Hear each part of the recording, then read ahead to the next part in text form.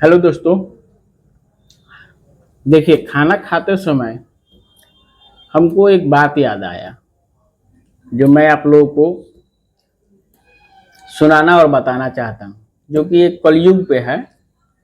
तो कृपया आप लोग ये वीडियो ध्यान से देखिएगा और सुनिएगा। खाना खा रहे थे, थोड़ा इसमें नमक ज़्यादा पड़ गया है। इसी बात पे एक बात याद आ गया। नहीं, एक परिवार था, बहुत हंसी खुशी वाला परिवार था। उसमें कुल मिलाकर परिवार में 7-8 लोग थे, जिसके घर के मुखिया एक बुजुर्ग व्यक्ति थे। नहीं, तो एक समय की बात है कि बूढ़े व्यक्ति सोए हुए थे, तो उनके सपने में एक आए। अब उनको देवता कह लीजिए, जो कि सतयुग के देवता थे। तो सतयुग बोले कि हे मानो, मैं तो कल जा रहा हूँ। नहीं, कल जाने के पश्चात, मेरे जाने के पश्चात कलयुग का आगमन होगा। तो तुम सतर्क रहना और सावधान रहना। ऐसा मैं इसलिए बता रहा हूँ कि तुम्हारा परिवार बहुत अच्छा परिवार, हंसी खुशी वाला परिवार है। नहीं, आपका परिवार हंसी खुशी वाला है, इसलिए मैं तुम्हें बता दे रहा हूँ और चेता दे रहा हूँ। इतना कहने के बाद वो जो सतयुग के देवता थे वो अंतर्ध्यान हो गए। अंतर्ध्यान होने के बाद इनका नींद खुला ना, तो वो सोचने लगे कि भाई अब तो सतयुग आज चले जाएंगे, कल कलयुग का आगमन होगा, तो मेरे परिवार पे क्या विपत्तियां आएगी कुछ समझ में नहीं आ रहा था। तो फिर उन्होंने सोचा कि ठीक है, देखते हैं कल कि कलयुग का आगमन कैसे होता है, किस तरह होता है, कैसा विपत्ति आएगा, इसका हम सामना करेंगे। ऐसा सोचने के बाद वो फिर सो गए। सुबह उठे। सुबह उठने के बाद जैसा सब लोग करते हैं, नहीं, नहाने वहाने के बाद पूजा पाठ सब हुआ, सब परिवार के लोग मिलकर किए। उनकी बहुएं जो थी, उनकी बहुएं खाना बनाने लगी। खाना बनाने के बाद 3-4 बहुएं थी उनकी, और खाना बनाने के बाद पारा पारी एकाएक कह लीजिए, एकाएक करके सब कोई नमक डाल दिया खाने में। लेकिन किसी से कोई नहीं बताया कि भाई हम नमक डाल चुके हैं, क्योंकि किसी को उतना ध्यान नहीं था। वो समझी कि शायद मैं डाल दे रही हूँ, उसको उनको ध्यान आएगा कि नहीं आएगा। ऐसा होते तो 3-4 लोग नमक सब्जी में दाल में नमक डाल दिए। तो सबसे पहले उनका रिवाज था कि घर के मालिक ही खाना खाते थे।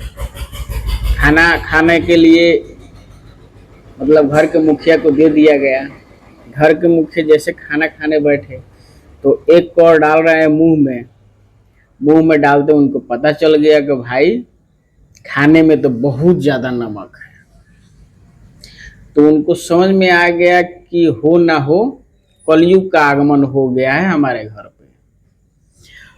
तो सोचने लगे भाई अब क्या करें, बोले कि नहीं बोले। सोचे कि ये सब किया धरा कलयुग का है। तो ये सब सोच कर कुछ नहीं बोले किसी से कि भाई खाना में नमक ज्यादा है या कम है। वो चुपचाप खाए और खा के बाहर निकल गए अपने खेतों की तरफ। वैसे ही उनकी धर्मपत्नी आई, घर की जो मुखियाइन थी, वो भी खाना खाने बैठी। तो पूछी कि आप लोग के बाबूजी खाना खा लिए हैं? तो बहुएं बताई कि हाँ, बाबूजी तो खाना खा लिए, खाना खा के हो गए, तो कुछ नहीं बोले आपसे? तो बहुएं बता रहे हैं कि नहीं, तो बाबूजी तो कुछ नहीं बोले हैं। तो कुछ नहीं बोले तो जो सास थी वो भी चुपचाप खाना खाई और खाना खाकर निकल गई। तब तक उनका बड़ा बेटा आया, वो भी खाना खाने के लिए बैठा। वो भी जैसे एक को और मुंह में डाल रहा है तो देख रहा है कि भाई खाने में तो बहुत ज़्यादा नमक है। तो पूछ रहा है अपनी पत्नी से कि माता पिताजी मतलब माँ बाबूजी खाना खा लिए हैं। तो बहुएं बोल रही हैं कि हाँ माँ बाबूजी तो खाना खा लिए। तो फिर पूछा कि बाबूजी कुछ नहीं बोले? तो नहीं। माँ कुछ नहीं बोले? तो नहीं। तो बेचारा वो भी क्या करो, वो भी कुछ नहीं बोला, खाना खा लिया, वो भी बेचारा अपने काम पे निकल गया। ऐसे करके उनके दो और भी भाई थे, वो लोग भी यही बात पूछे कि वो लोग कुछ नहीं बोला। ये लोग बोले कि नहीं, वो भी खाना खाए और निकल गए। तो ऐसे ऐसे करते करते सारा परिवार खाना खा लिया, लेकिन किसी से कुछ कोई नहीं बोला। परिवारों की बातें कलयुग बैठे बैठे सारा सुन रहा था और देख भी रहा था। ये सब देखने के बाद कलयुग सोचा कि भाई इस परिवार में मेरा कुछ चलने वाला नहीं है। इतनी बड़ी बात हो गई, सब कोई परिवार सब हंसी खुशी से भोजन कर लिया, अब कोई किसी को कुछ नहीं बोला। तो इससे अच्छा है कि हमको यहाँ पे रहने से अच्छा है कि मैं कहीं और घर देख लूं। तो आप लोग बताइए, इस कहानी से आप लोग क्या समझे, क्या सीखे? कि सब कलयुग का देन है। अपना परिवार में सहमति से रहें। अगर मान लीजिए किसी से कुछ गलती भी हो जाए तो उसको नज़रअंदाज कर दीजिए, तभी आपका परिवार हंसता खेलता परिवार रहेगा। जय हिंद, जय बिहार।